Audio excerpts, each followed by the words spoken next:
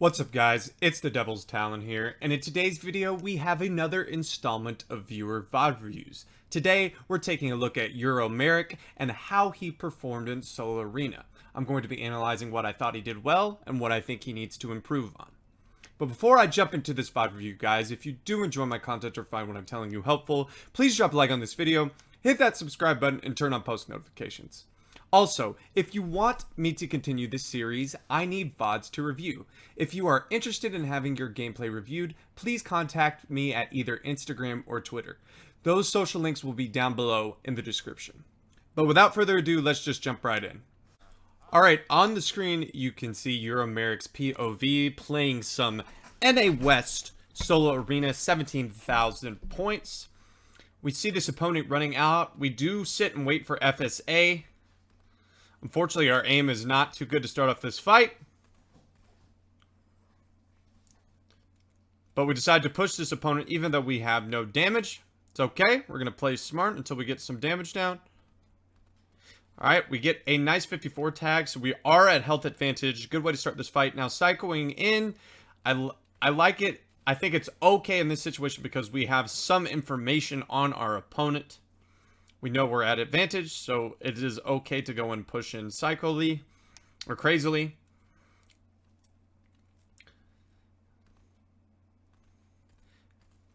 Now, just spamming at the wall there does get him a little bit in trouble, a little bit more purses with the spam. Really good cone and really good attempt at piece control, predicting that the opponent may go that way. Nice little double box in case the opponent tries to pressure us. That's not what ends up happening. Opponent crash pads away, playing a little bit scared. Another 36 tag. Good attempt, good angle, going for a right hand peek. Great crosshair placement. Good attempt at piece control. Metro classic. Now our reload management here might get us in trouble. Fortunately, the guy misses a bunch of shots, but we had no ammunition in both guns. And again, just mainly talk about that fight. There was a couple mistakes. One, not capitalizing on the free shots early. Just spraying wildly at the wall instead of really focusing on the crosshair placement. So at least when the opponent opens up, we do get some damage through. Fortunately, it ended up not costing us there. And then just a little bit better reload management. Notice how he had no shotgun or assault rifle ammo. He is going to end up dropping this AUG for the AR, which I at times do agree with. I feel like having a gun that can shoot DPS or provide more damage per second is more beneficial, especially in these close quarters situations. I think the AUG is much better at mid to long range, so I do like that he's going to drop it. But then we're going to just fast forward into the next engagement. Now, we are pulling up to Stark with an insane 12 amount of people left. I'm obviously kidding. There's no one left. However, one thing that I already see is that after winning our off-spawn fight, we did not go to the upgrade station, and we still are keying with a green pump. Good attempts right here. I can tell the box fighting mechanics are very, very solid. Much better reload management right here. Now, we notice that Stark block right there. We see the question mark. And as soon as we hear the shots, we should be blocking off our back, which don't, and it's going to end up costing us, as well as us not going to the upgrade station. Really good cone slide, good prediction where our opponent's going to be, but getting beamed as well as hit with a gold spad versus a green pump. Now, the mistake here made is, one, we knew that there was going to be a start robot, and we just decided not to protect our back. So when we start this engagement, we spray through. This is really good job spraying through. Mongrel Classic gets a little 24 damage. Still would have been better with a spaz again. Not upgrading. No, something that I've seen constantly throughout. As you're going to see, this is something you need to just remember to do. It's small but very important. Now right here is just awareness. Look, notice that start robot has the question mark, is obviously going to be firing, and we even see the shots come through.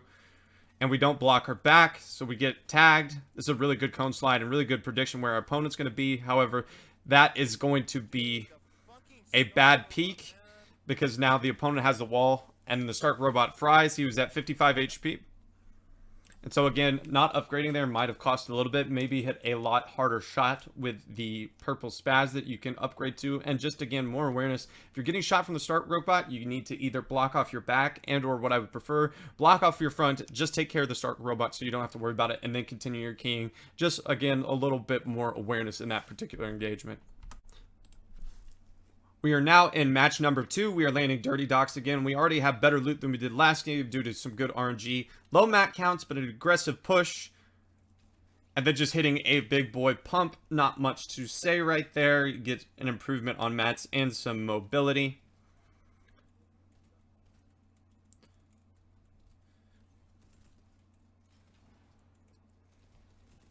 Getting a good amount of tags. Now we jump on this wall.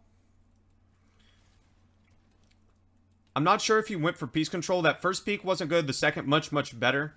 I think that he probably did go for piece control just from what I'm seeing. But there is a metal ramp in the box. So let's just go over a twinge. Just kind of just jumping right into this fight. So we're going to get some good pre-fight damage. We're going to jump right on the wall. Now notice how open this is. So it can return fire. I don't believe you can place a cone or a ramp. I think this opponent is, so I understand going for the shot. That's actually good awareness for not going for the piece control because there's no point. You can't get it. It'll actually end up getting you cracked if you're trying to place builds when he can just shoot you. But it's an open edit. Unfortunately, the opponent isn't too quick. Now this edit is so much better. Make the edit and duck behind confirm. Look how much more protected this is. We just whiffed the shot, right? Whiffed the shot, and then we mess up the reset. But due to our good 80 crack earlier and some of our pre-fight damage, we end up that fight a little bit very quickly, which is good. And so we're going to immediately push over to the opponent that previously disengaged. We're sitting here looking for him. We see him shockwave. Excellent damage. Good aim right there on the shots. Definitely better use for the FAMAS than the AUG, which is kind of funny. The shockwave needed to be a little bit more, what's the word, lateral as opposed to vertical. Good. Not aggressively swinging on walls, getting picked.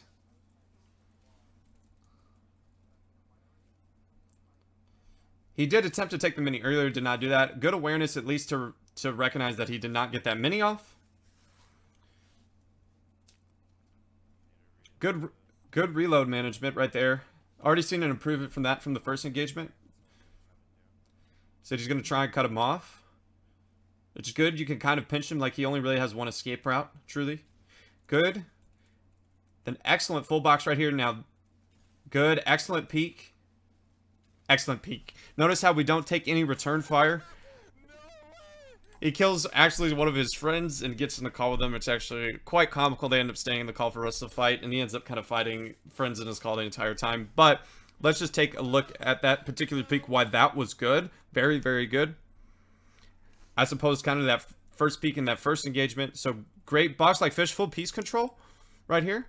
And we kind of sit here, old edit. And this is just kind of, you don't have to be the fastest in the world, right? This is smart. This is getting your crosshair ready for where you need to be. This is getting your movement, your duck behind. You're completely covered. He has no return in it. He actually doesn't even know he has full piece control of the wall. There's not much he can do. He tries to break. Does the same thing. Look, notice how completely covered it and this opponent is wide open. Really excellent job right there. Really excellent job. Good example. Good safe peaks. And that allows you to save minis. That allows you to save materials and end fights fast. It's really good. Really good stuff in this particular engagement from Euroramic. Alright, we're at another portion of this particular gameplay. He sees an opponent going out. Now, again, before he kills this opponent, because this opponent really not much to learn for. Again, leaving our drop spot with a blue pump when there's an upgrade station, especially fighting right by that upgrade station, getting all those extra mats, it really does not hurt, especially coming out of dirty. If you feel like you don't have enough mats, you can go to junkyard and upgrade there right on the way if you have to rotate out. I have a ton of experience landing dirty.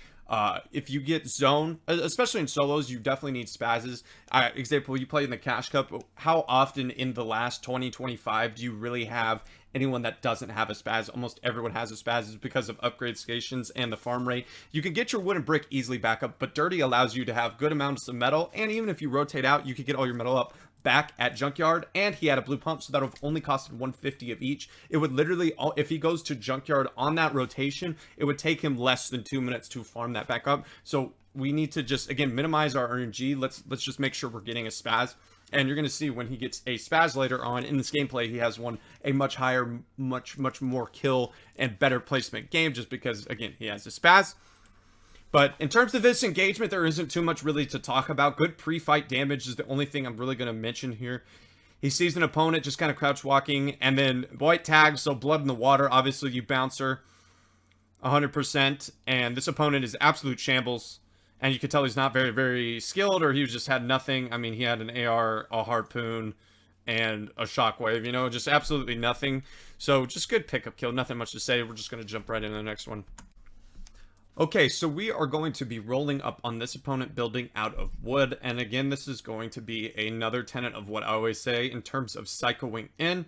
Doing it with no information is never the best idea, and it's going to cost him here, particularly just because the opponent has better loot and due to a third party. If you couldn't see right there, if you look right at the top left of the screen, there was an opponent that just briefly shot out. It was less than a second, kind of shot up from hand. You can also maybe hear the audio cue if it was turned up, but there is a hot audio cue, so a little bit better awareness there. He did know, he did say that, oh, I didn't think he was going to get there that fast, showing that he had awareness that this third party was going in.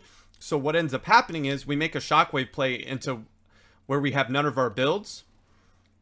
We get a nice little crack, but that other opponent gets there almost instantly, flying on top of everything. But we don't really have too good of an exit strategy because we cycled into a bunch of builds that weren't ours. We didn't hit a big pump, and our opponent has a spaz, so our opponent hits us pretty decently hard, and then we just get third party from up top. If again we go in and just take that as a much more cautious box fight type maneuver, when this third party arrives, we can box up, extend, make space, and have a better continuous fight overall, instead of just cycling just because we're so kill hungry. There's times when cycling is really good, and it's when you have information. There's been times that I've already watched this entire thing, but when I commented on it, there's been times that he does it when after getting significant amounts of damage, which I absolutely approve of. That's exactly what you need to do when you're at advantage, but just doing it blindly sometimes can absolutely get you destroyed, which is exactly what ends up happening because of the third party just being too overzealous. But let's just jump right into the next game. Next game, we are again landing at Dirty Docks. We have an opponent around us. We are not exactly sure. Our loot is not good. We do not have shield, and we are less than 200 materials cumulative. So we see our opponent ramps. Now, Reivews makes a good decision here. Sees some minis and goes for them and uses a little bit of his mats to protect while doing it. Really good recognition of the double swing. He's actually at advantage. I wouldn't have mind holding the wall to try and get the mini off, but this is really good mechanics and really good understanding. He clearly was better than that opponent. Let's just watch just a little bit of it, just kind of from start to finish, if we can. So one thing he does well is his opponent jumps right down on his wall, gets a nice little crack as his opponent takes his pickaxe out to start chopping. Good attempt at a red hand peek. I love how what I've seen is some really good, some of these edits that are slow and very, very controlled. He makes sure he's like, okay, I need to place my crosshair here when I make this edit. And that exactly leads to a big crack. And then that Metro Classic was excellent. One, using the edited ramp to create a Metro Classic to prevent his opponent from holding a wall, and then placing the cone so his opponent basically has no defense. Since now he's at health advantage, he can afford to eventually take that 50-50, because it's really not a 50-50. He's been at health advantage, he's had 2 shots, and the opponent should be more on the defensive now. And so now we get to keep our utility millies a really good in-game, which will start off right here for Euroramic. Alright, we are going into the next engagement from this particular game, and notice again we're leaving Dirty Docks with a green pump. There's really no need to be leaving Dirty without at least a blue pump. At a bare minimum, there's 100, 100, 100 is so easy to farm back up. Now, I saw an indication of using the crash pad, but fortunately did not. I think he would have gotten beamed if he did, so I like this slow, methodical, careful push. I think it's really good. Not having the best amount of mats, obviously not over cranking. Very good recognition of lack of materials. Gets a nice little cone, good crosshair placement, and then really, really good shots. And then he does pick up a spaz. However, not from an upgrade station from killing an opponent. He did good amount of piece control. That edit was a little bit scary. Maybe just hopefully throw down a cone or throw down a ramp for a little bit more protection in that situation. However, gets the job done. Good piece control, really good crosshair placement, reading that opponent was going to make that edit. He gets a good about 130, 140 damage off with a green pump, and he gets rewarded with Stark loot, a purple spaz, and a gold Stark rifle. Tons of mobility, and it should be an improvement in mats as well. We're going to jump right into the rest of this game. This is going to be a high kill game for Euroramic. Alright, so we are going into the next engagement. We have now Shockwave over, and we get a very nice 77 crack to start. Now, using our exploits to get in, have no problem with this, because we know that we're at significant health advantage to end a fight fast. And especially since we have a spaz, it is definitely the right play. Got a huge white crack, and good recognition that our opponent is going to fall there. Really, really good stuff. From that, I like the use of crash pads. I think it's very good. You could do the same thing at the wrong time, or at the right time. I also like the decision to pick up the Scar over the Stark Rifle. Me personally, I like having DPS, so Stark Rifles are very nice for mid to long, but if I'm going to be keying in up-close engagements, I definitely want a Scar over a Stark Rifle, but that is, again, personal preference. Now, we're going to immediately get into this next fight, and we have an interesting decision that's going to cost us. We see this opponent. We go to pick up the Stark Rifle without any protection, which unfortunately results us getting beamed, and we get rid of the Scar. So now, at least in my opinion, we're a little bit worse off, and we've lost utility and health. I think just sticking with the Scar, and if you wanted to take shots, take shots. Really good double box like that. Good attempts. These are very safe peeks. They're quick. Just trying to get some chip damage.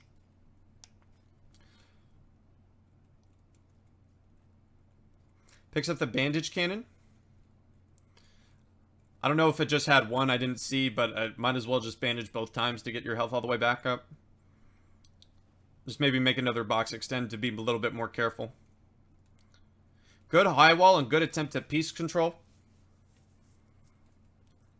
But we don't have a ton of mats, right? Can't afford to build fight. We want to be methodical with our peaks. Good pre-fire. With a build break and the good use of the mobility to get up instead of wasting the mats. And then excellent, great job, good usage of the crash pad. Again, when we're on health advantage, apparently he knew this person as well that he had just killed. But when we're at health advantage, again, very good job of cycling in. That's when I prefer making those type of plays, is we know that we have better loot, one, or sometimes not even better loot. Just sometimes it's main for me is health advantage. If I'm at health advantage, I don't mind cycling in. If I'm blindly cycling in and just keying to key, it could get you caught, which it did in the previous game. This game, we have now basically just tried to go in twice when we've had significant health advantage, and look at the difference. We're sitting here 100-100, and we have better loot, and we still have more utility, and this is again going to result in a higher kill game for Mr. Reivews. So we're not too far off from the last kill. Someone has crash padded in the same vicinity, so someone still is here, and he's on high ground right there. Very slow, methodical gameplay right here. I very like this. It's very controlled paced. He isn't just overkeying, just building to build. Again, not the super healthiest on mats, but he's just playing very, very slow.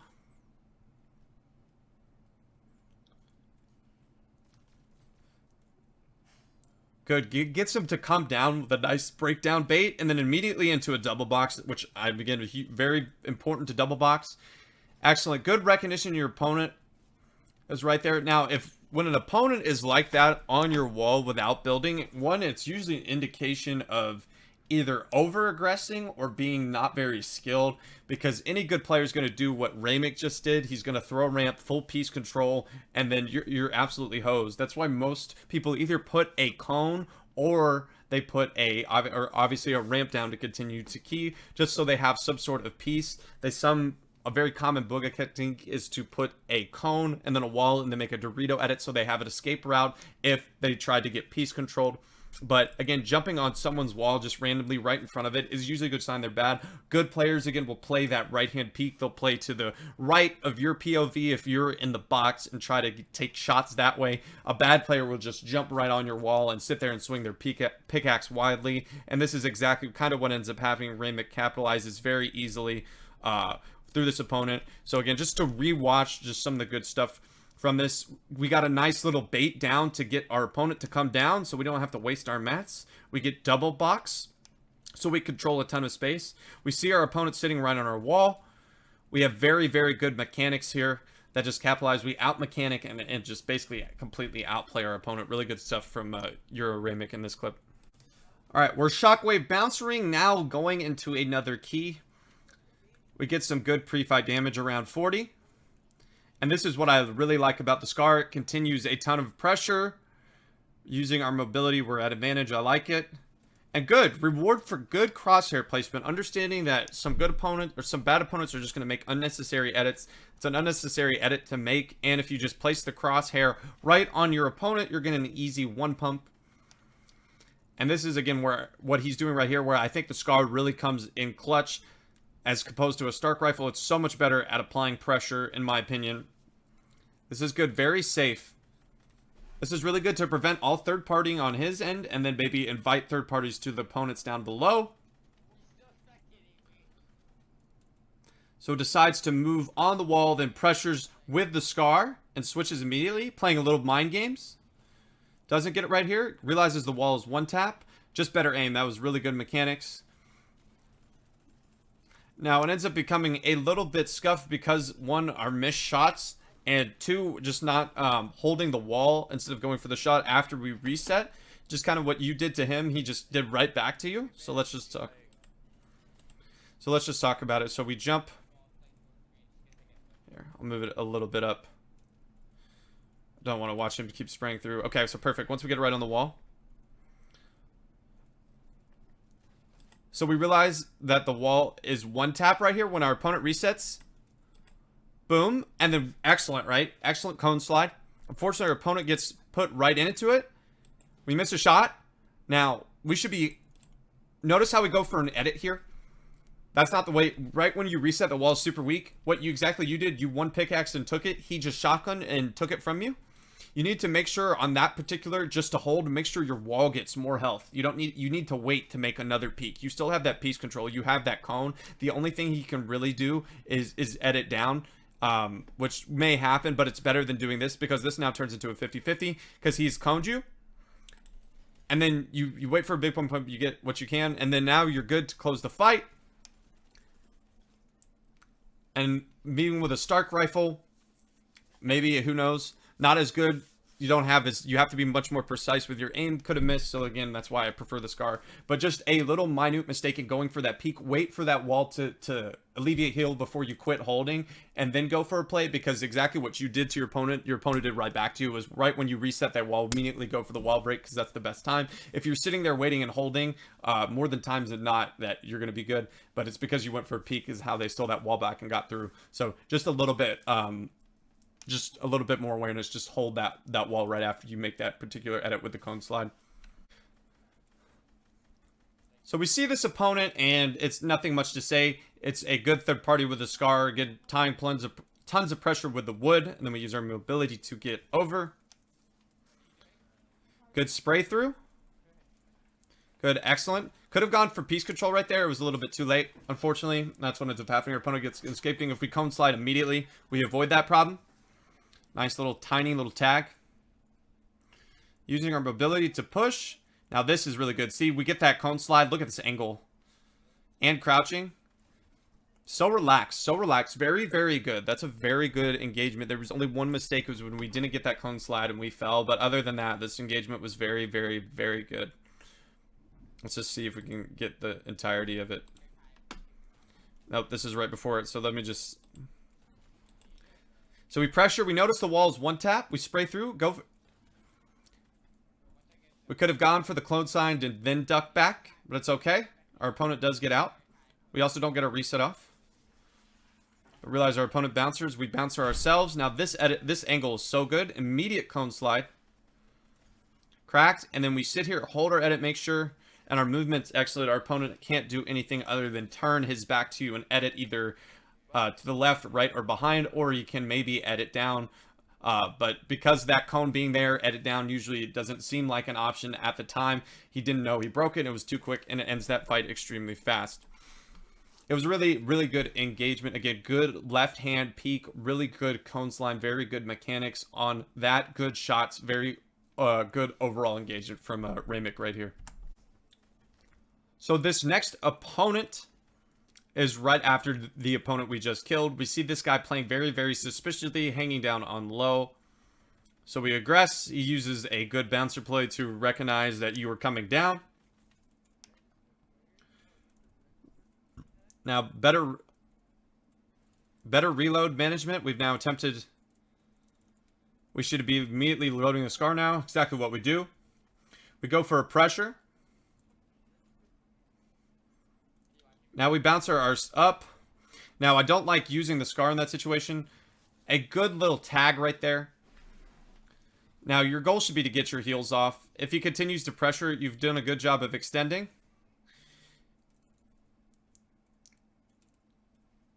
We're just sitting there playing. There we go. Immediately job should be to get the heals off. Yeah, it's a black skin that I'm fighting up against. This guy's not bad. So again, from what I say, it's just you got your 2 cracks. You got 2 things of damage, and you still hadn't broke shield at 100 health. Again, the mistake was kind of flying up there with this just wildly spraying the Scar when you could have used your big boy shotgun and cracked him. But it happens, right? We all make mistakes. So good recovery. Again, very good recognition with the wall break. We're not the healthiest on mats. Now, this is what I like, this bouncer and play ahead. Good understanding of the zone. Good recognition that there is other people around, but you sit here right on edge and this opponent rotates in. And this is, again, where I prefer the Scar. I think the Scar versus Stark rifle, this is a perfect example of why the Scar rifle is superior, in my opinion. 36 damage through. You can't apply this type of pressure with the Stark rifle just because it's tap fire. Boom, you get a cracked shield as this opponent's still moving in. Shooting him down, you're not going to be able to do that as fast with Star in 72. So now I don't understand the decision to get here in pump range. After you fried him to literally less than 30 HP while he still has to rotate in, he literally dies to zone. You could fry him still continually from zone. And then, unfortunately, things kind of get, unfortunately, bad towards the end just because of just where the zone pulls. There isn't much he can do. But in that particular engagement, the only thing I did not like was the 2 things I didn't like is just wildly spraying with the Scar when he bounced it up. Make sure you're on that shotgun ready for crack if you can. And then number 2 was just after you fried him down to sub 30 HP, just continue what you're doing. Just go to the pressure, just fry from behind. No need to jump into Storm and take a 50-50 and get at risk of 200 pumping. He can't kill you unless he snipes you from that range. So just continue to kill that pressure. You only needed 1 more tag. And that's why, again, like I said, I prefer the Scar as opposed to the Stark rifle. The Scar just applies so much better pressure in my opinion. So we're going into our next engagement right after...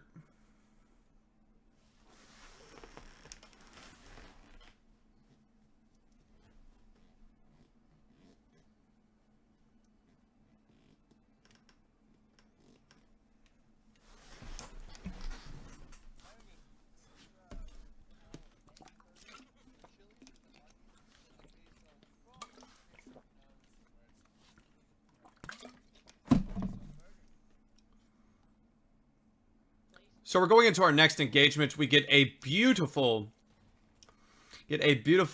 crosshair placement. Unfortunately, our mechs kind of fail us there, which happens. Sometimes you just don't hit everything like you want to. Good covering his head. Get a nice little chop down here.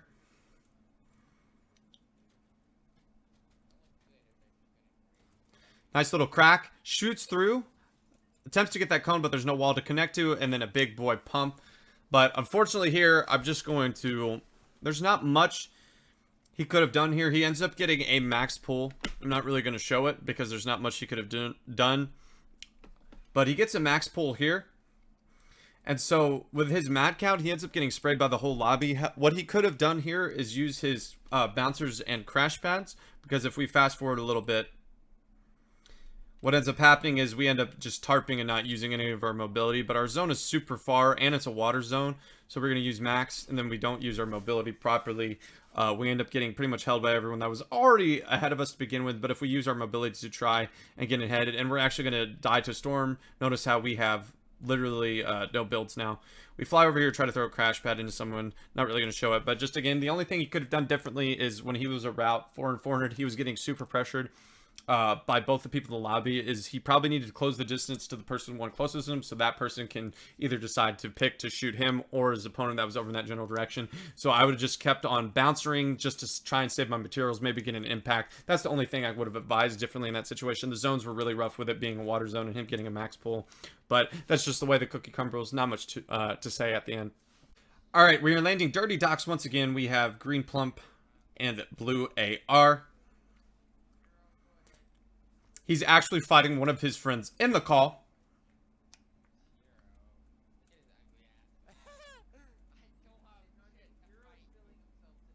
Good crosshair placement, not doing anything over aggressive.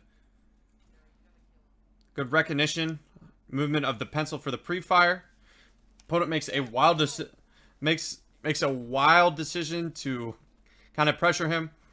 Now going for the snipe, I like it right here, but immediately no AR spray, just go for a wall and then go for the mini. So that was a minor mistake. And then editing down here was a little bit unfortunate, but we make a great recovery. Good clicks peak. Excellent clicks peak. That was really, really good. Let's just take a look. So we have the wall. We crouch to the side. And then we just kind of shoot over. Boom. Same thing. Beautiful. Repeats. GG's to your homie. Kind of feels bad for the other guy. Unfortunate. The other guy did fry him, and Reivews did not get as many heals off as he should have. That was kind of the only mistake from that fight. Editing him down with that little amount of HP could just generate an unnecessary 50-50. At least get your minis off. So after he attempted that snipe shot, should have been a wall ramp, get the mini off, and then you can be a little bit more offensive. But very fortunate to get that ramp and underneath. And the opponent basically is boxed like a fish. Really good recognition and holding the wall, and then two excellent, beautifully executed click speaks end up making that fight end extremely fast. So really good stuff from Reivews. Good recovery from what was a pretty scuffed situation. All right, we're slowly moving on to the next engagement. He hears a ramp being built or sees the pieces starting to assemble. I don't know what that play was. Attempt. Good cone slide, both right there. Spray through.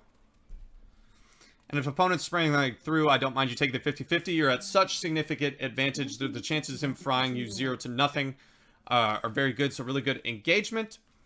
Now there's this opponent. This is such good recognition. The opponent's going to break through. And then gets a humongous crack from range. Really good again. And that's what space can do for you. Safe peaks.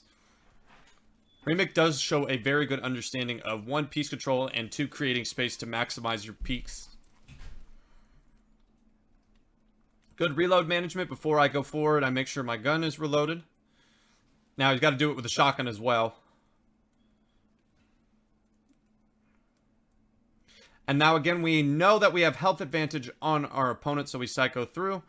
Not just executed properly. Shockwaves are more difficult to control. Missed.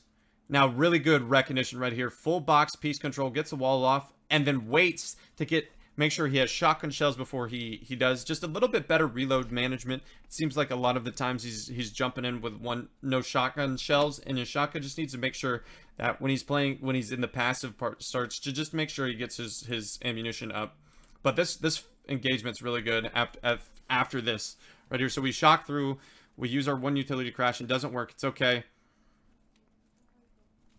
Probably should go for a cone as well, but this is really good recognition.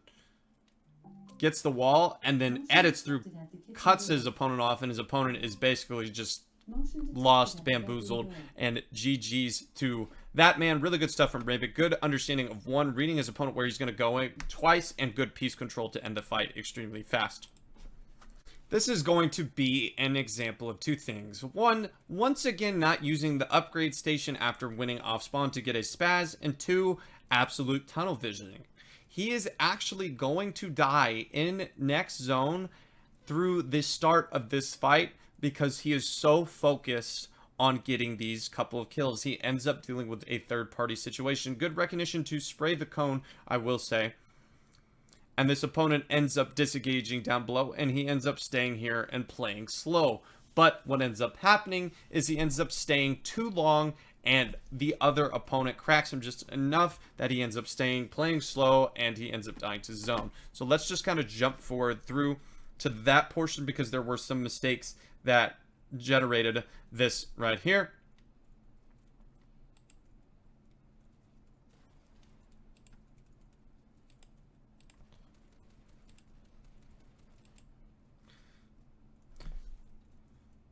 So we're staying up on high ground as zone is closing. We've already seen him try and fight that first opponent, but now we are at the next part, and we're getting some third-party beams in from up top. We're doing a good job of being aware.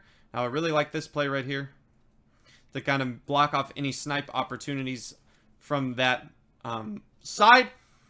And then we're going to get a beam here, and then this is where the fight starts to get a little bit scuffed.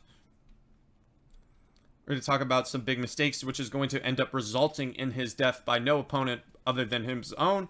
Gets a humongous beam immediately, so I don't mind pushing into that. Now, this is where you get in trouble. A nice double swing gets you cracked, and then you getting out spazzed, out shotgunned. Really good shot right there, though. Good recognition that it isn't his. Now, another mistake right here, not backing off, taking the minis and then splashing. So now we're only sitting at 150 and instead of what could be 190.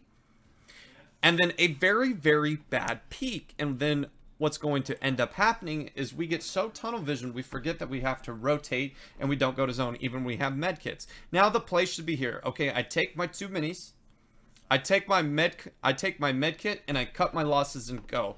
And now, I understand this is Arena and W King, you want to get kills. However, this is going to result in not only him dying to the storm, but this opponent also dying to the storm when they stalemate. Now, if we go back and just talk about some of the technical things, or the things that could have been improved on. We fry our opponent, we jump down on the wall. Now, 1 swing right here, 2 swing. An opponent is going to always usually capitalize on a double swing, and he has a better shotgun than you, so cracks. And then he realized he got cracked after he got the piece control with the cone. But he still goes there, and this is a much safer peek. Cracks. Now, this is where it's scary. Now, cycling in when your opponent has this type of wall is very scary. Fortunately, he does realize just in time that he has a wall, and his opponent is hit from a third party. Now, that was a minor mistake. Could have backed off a little bit. Now, this is going to be a bad peek, and here's why. Oh. Joining server up.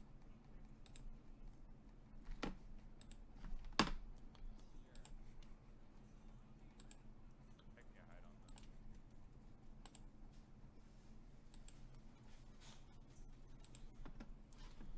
on them. I apologize, there was an ad. So, I'm going to say the reason why this is a bad peek. So, we've already talked about the mistakes right there of not taking the minis first. Now notice how this is on the, if this is the opponent's box, this is on, that is a right hand peek for our opponent. And so we do hit a shot, but again, another problem, we're not using upgrade stations and getting spazzes, so everyone that we're fighting is usually at spaz advantage. Now, the decision here to heal up is absolutely 100% correct. Get your minis off, then get your med kit off. But here's what should happen after this. So we do that.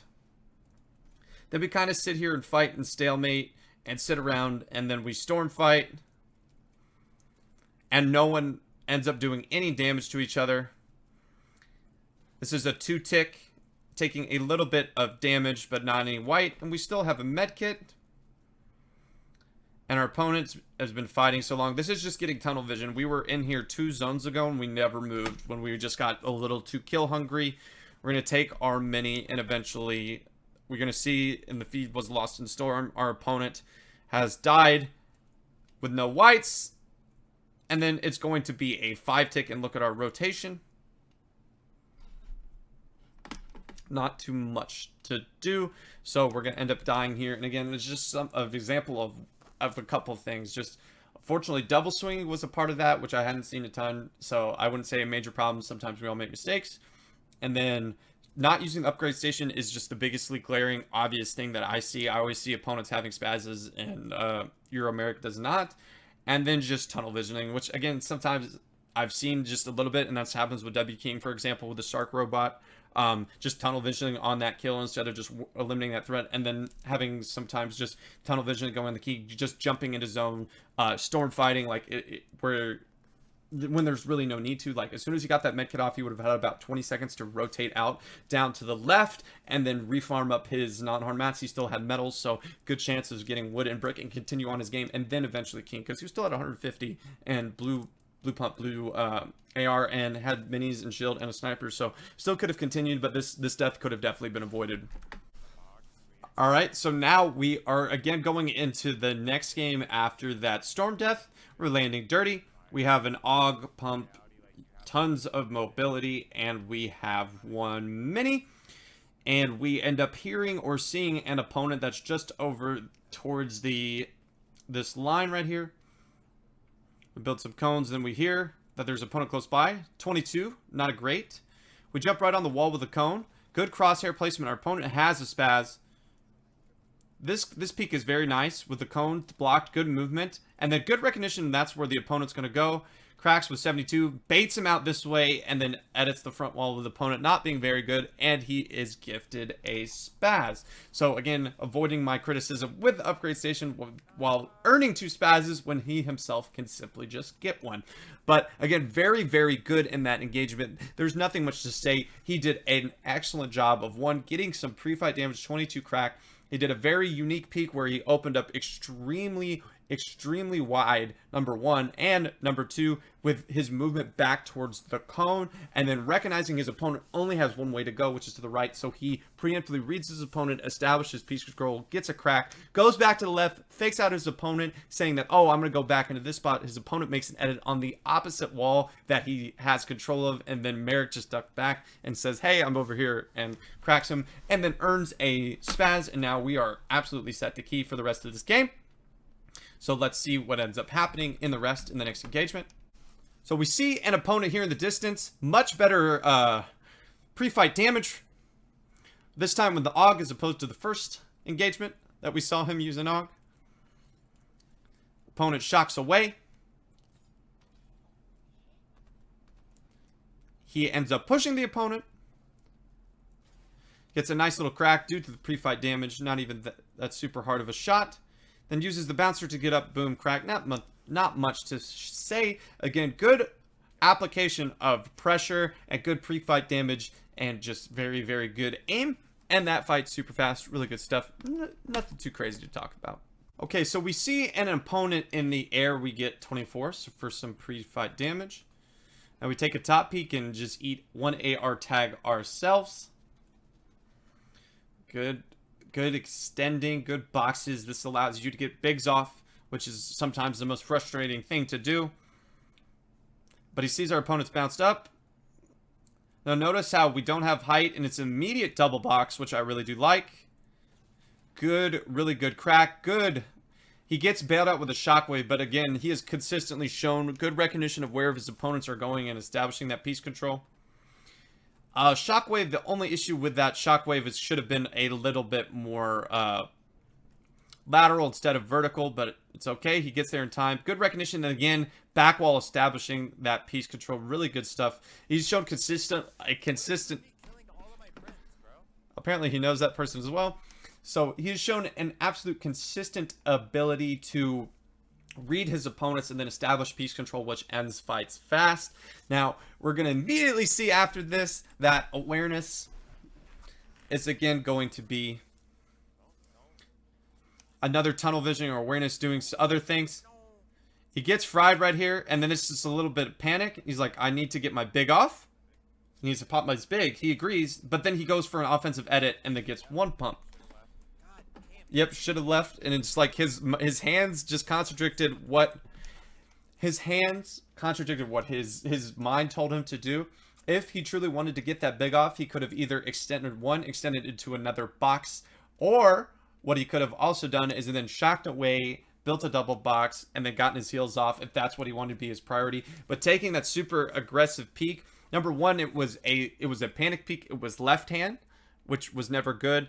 And number two, it was just all rush from not being prepared, from him wiping his hands off. If you're going to wipe your hands off, you need to make sure, again, just being more aware that of what's around you, or just do it while you're in the box. You know, get a kill in a box if you need to wipe your hands off. Get a clicks towel and do that as well, and that's going to cost you. You would hate that if you happen in a tournament if you weren't paying attention to wiping your hands off. And running out in the open, just make sure you're doing it when you're protected. But again, just you could see like the panic set in, just the unpreparedness for that fight, and it just looked, it was by far his worst engagement, just because he was just caught so off guard and just panicked, and that's what ends up happening sometimes. It happens to all of us. So just again, in the future, if you need to wipe your hands off, just make sure you do it in a protected box after you've gotten your kill, or you're pretty sure that no one is going to be pressuring you or doing anything to you. So we're moving over, we're at Dirty Docks, and he's going to be fighting his friend again. I don't know if they're having a friendly stream snipe competition, but our loot is absolutely horrendous. We only have a green pump, we don't have an assault rifle. We do have 150 health. Now the only thing I think he could have done to prevent this is hold his floors, but again, you don't know that your opponent has crash pads. It just might be a good rule of thumb. And then he goes in again. And then he returns the favor, gets an 80 correct, and he is 14 HP. There's not a ton. We don't have a ton of materials. We can't box fight like we want to. We try to create space and get whatever little mats that we can. This is more of a shambles fight. I like the crash pad play aggressiveness, right? We don't have the mats to sit there and really box fight. We don't have too much utility to sit there and worry about. Maybe the only thing is, one, if you always have an opponent above you, maybe a good rule of thumb is to hold your floor to prevent crash padding in. Again, with there being 4 floors to defend, it just seems like maybe spend the extra 2 walls to full box and just play from one box at that point. It's just because it's such a shambles fight. There's, you know, hindsight's 20/20. That's maybe another option. And then before crash padding in, take that 1 mini. I don't know if he would have won the fight, because it sounded like his opponent or his friend did end up hitting a headshot with the shotgun. So I don't know if the extra 25 health would have actually benefited him. But those are just 2 maybe minute things. Just unfortunately a shambles fight, and sometimes it happens. So just don't take it too seriously, or don't get too down on yourself. Sometimes it happens to everybody. Okay, we are again landing at Dirty Docks once again. Unfortunately gets head dinked and loses quite a bit of health, but now this peek with a sub doesn't make too much sense. Use the AR, it's more damage. That's why taking subs is almost pointless for the most part, unless it's just truly off spawn. Good attempt at that shot. We don't have the best materials, but we have more than last game. Getting sprayed through. Good crosshair placement. We both crack each other pretty hard. Get 1 mini off. Really good peek to catch the opponent off guard there. Good. I like taking the mini before. Good. I like this kind of passive, let me get my heals off type style, because I have 52 health to conserve. But we don't have a ton of materials. But I think our opponent is dipped off just because he's been cracked absolutely white. He finds 40 extra health. He kind of plays this, you have to play this pretty slow, just because you don't know exactly where he is. But it's an off-spawn fight. It's pretty safe to say that both are decently shambled. It looks like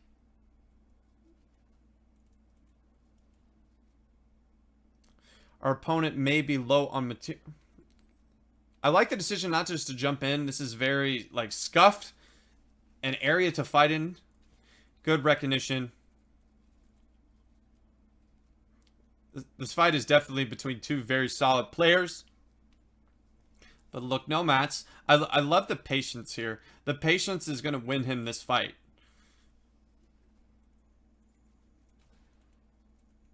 And then his opponent jumps down. Beautiful, nice little crack.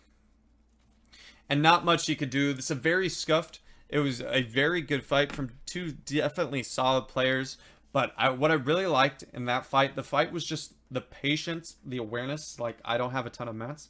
I'm not, he didn't force anything. He never jumped down in, crazily jumped in. I don't know where my opponent is and got cracked. He just kind of waited and bided his time. He waited to jump down on the outside, heard his opponent breaking, and then got a nice little crack. Took a wall, which ended up actually benefited him. He could have maybe cone slid to end that fight just a tad bit sooner, but the opponent did get the piece control after he got the crack. That's really all that matters, that he ended up getting the damage off, and then his opponent's in a super scuffed situation, and just good recognition to go finish off that fight. All right, we're sitting off a Lazy Lake, and we get a nice little 48 Stark pre-fight damage. So we're going in at health advantage, 28, and we may have stopped that opponent from taking the big.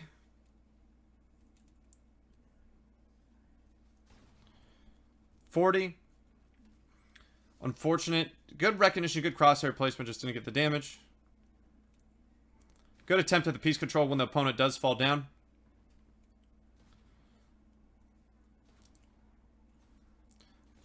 That was really good, but cracked. Kind of traded cracks on each other. Now, no need to make that particular edit. You could either have done that, or just opted to pop your bigs. Oh, see, that's scary. Unfortunate. This guy does have crash pads. I think you have to understand at that point with the crash pads. Oh, that was a nice little shot. Very, very, very fortunate. Absolutely. Tickled in the pickle like Ricky and Morty, man. I think that the only really big issue right there is what you could have opted immediately to take the bigs after you got up with your chug splashes to white health, and then you maybe would have had a better opportunity to get both off. The fight overall wasn't that bad. It was just a tiny little bit of a bad peak. Now, once I know my opponent has crash pads, I know that I'm probably not going to be able to get a big off, and I just play what health I have. Because there's...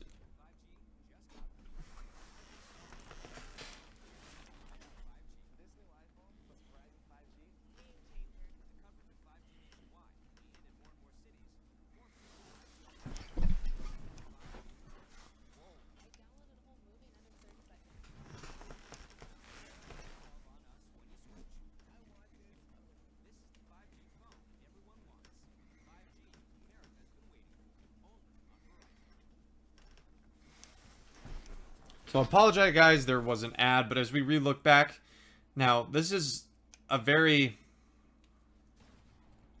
I like that he played a little bit slow. He just hit you harder because he was just a tad bit higher. And this is kind of one reason I don't like Stark Rifles. Their pressures don't really pressure the opponent, if you know what I'm saying. This was a smart usage of the crash pad. After that 34 crack, I also probably would have preferred using the chug splashes now that I rewatch it again. Use the chug splashes and then go for that crack, because if he only hits for 100, you can get one big off. And you probably a little bit more HP. But this is scary. So this point, there should be no attempt again to get the big off. You don't know if he has any more. So no point to attempt to go that big. Really good shot, though. Clutched it up to finish. GG's. Alright, we see he somehow knows that there's an opponent in there. Good crosshair placement.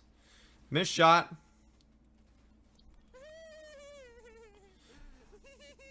I mean, that kid is extremely bad, but we almost died at him, right? This is a perfect example of underestimating your opponents and playing too... What's the word? I don't know, cocky? It's like you want to treat everyone that, like, they're good.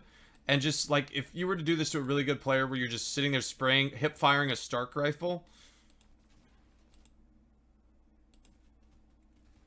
That was the correct play. To just hug that left wall and then do it. Just do that from the beginning. One, it saves you utility. Like, you're not always going to have this utility, and that would just been a bunch of wasted, just a bunch of wasted shield and mass. Let's say you only had two minis and a big, and that opponent had absolute nothing. That's maybe why he's, like, cone peeking shambles.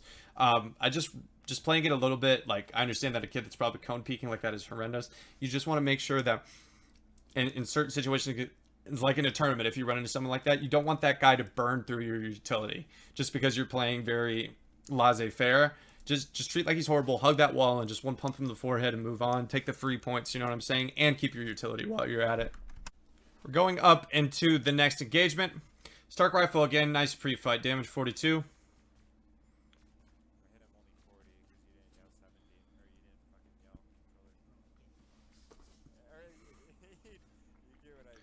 Now, decision to drop minis. So again, I see that from the previous engagement, we didn't take the minis we got off our opponent. We opted for crash pads. I would drop the big in the future.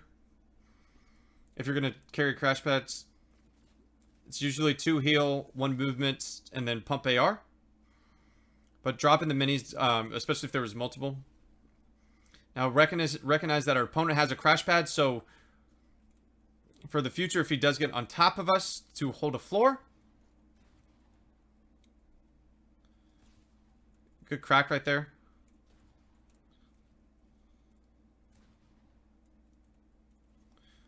Now again, this is another example of 16 HP. That was good. A good use of a crash pad.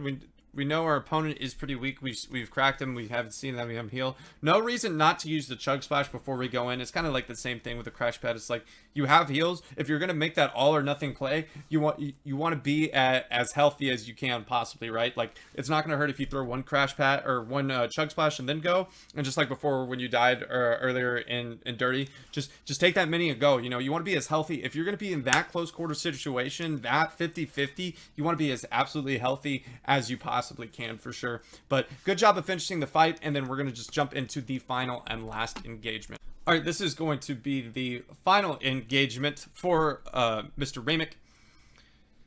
And we notice there's a bunch of people, and this guy kind of shockwaves out and up, and we hit 31. So we have to assume that he's still at a health advantage. Now this is completely a psychopath play, which I don't agree making with no absolute utility. Chokes a reset and then moves to the right, so that actually ends up being a super free peek for that guy. Now, again, just going over why I don't like it. So, we are sitting at 130-ish health, I believe. We're sitting at way low health to be playing super aggro. And us dropping the minis, again, costing us earlier over the big because we don't have any utility now, all for 1 big. So we get a little bit of free pride damage. So we can assume that, okay, well, at best our opponents are about 170 and we're still sitting about 136. And then we do a very, very old crash pad exploit. One, you're doing it right in front of his box so he can see and prepare for it. Any good player is just going to duck back to the right and hug that. And that's exactly what he does. He goes back to the right and then cracks you. Then you have to crash pad out. And there was no need to just psycho in like that, right? You had the mats to continue box fighting. Now this, because of your positioning, would normally be a right hand peek, but since you're playing to the right, you've opened it up right him, and it's such an easy shot. It's a GG's. So the thing I would say is just, one, that type of crash pad exploit should be kind of taken out of the repertoire. It's the most easy to prepare for. The one from up top can be defended. I always like diagonal crash pads. They tend to be the most sneaky. If you, let's say you're boxed up right here and then you place one just kind of like, you know, in a diagonal crash pad, that's the one that's a little bit harder because there's walls in front of you, so your opponent can't see it as well. But when your opponent's looking right at you as you crash pad, they can easily prepare for it, kind of play to the back of the wall, let everything build, because they're going to get first shot as you fly through. You're usually not going to be able to shoot effectively until you land. He's already sitting there with his feet firmly planted on the ground. And again, we had information, but our information should have told us that, okay, we don't psycho in as of yet, right? We're sitting at 136 health. He maybe at worst is, you know, or at best, you have to go from the at best case is 170, so significantly healthy. You have to assume, being top 10, that he's more than likely going to have a spaz shotgun of some kind, so he can hit you pretty hard. So again, just cycling in with, like, we did get a little bit of information, but it's just at times just cycling in for no reason. I've only seen it a couple of times. I feel like most of the times the cycling in has been good, but in this particular situation, it cost you just a little bit. Overall, I think Euroramic demonstrated an excellent understanding of piece control and predicting where his opponents were going. He consistently demonstrated good edit peaks most of the time. The two biggest things that really stuck out to me that I think he needs to improve on is use the upgrade station and improve your RNG. You've got to use the upgrade station to get spazzes. There were so many times where you were at basically shotgun disadvantage for no reason. You're sitting right by an upgrade station, and the only times you got spazzes were from opponents you killed. There was actually another time where you got it from the chest, but not using the upgrade station to get a spaz is just complete waste, especially with a dirty rotate where it's extremely favorable to do, with there being another upgrade station just at junkyard, so you can get your metal back, your precious hard mats that you can get back. There's tons of brick around that area as well, so that's something that definitely needs to be implemented. And then just tunnel visioning. There were some times where I think he just got so tunnel vision and wanted the kills so bad, he just completely just went, which is kind of happens again, just goes brain dead, you know, with the Stark robot, for an example, just tunnel visioning on that kill and just not protecting his back right there, or just tunnel visioning in that one fight where he's psychoed in, he's like, I've got it, I want this kill, I'm going to just psycho in with the shockwave just on top of the mountain with the crop circles, and he gets third party even though that he knew a third party was coming. In those type of situations when there's multiple players, especially in that one, you want to make sure you play just a little bit slower, because you're fighting not one but two.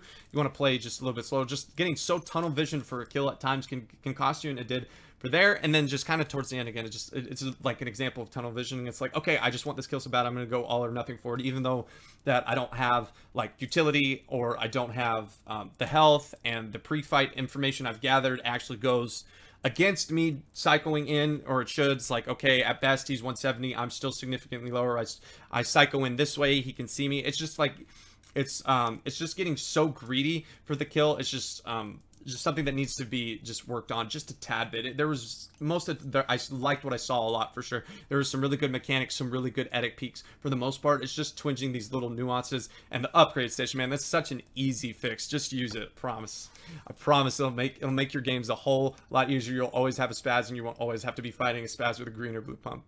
Well, guys, that is going to do it for today's viewer VOD review. I hope that you did enjoy. If you did, please drop a like on this video, hit that subscribe button, and turn on post notifications. And I hope I'll be seeing you in the next VOD review. Peace.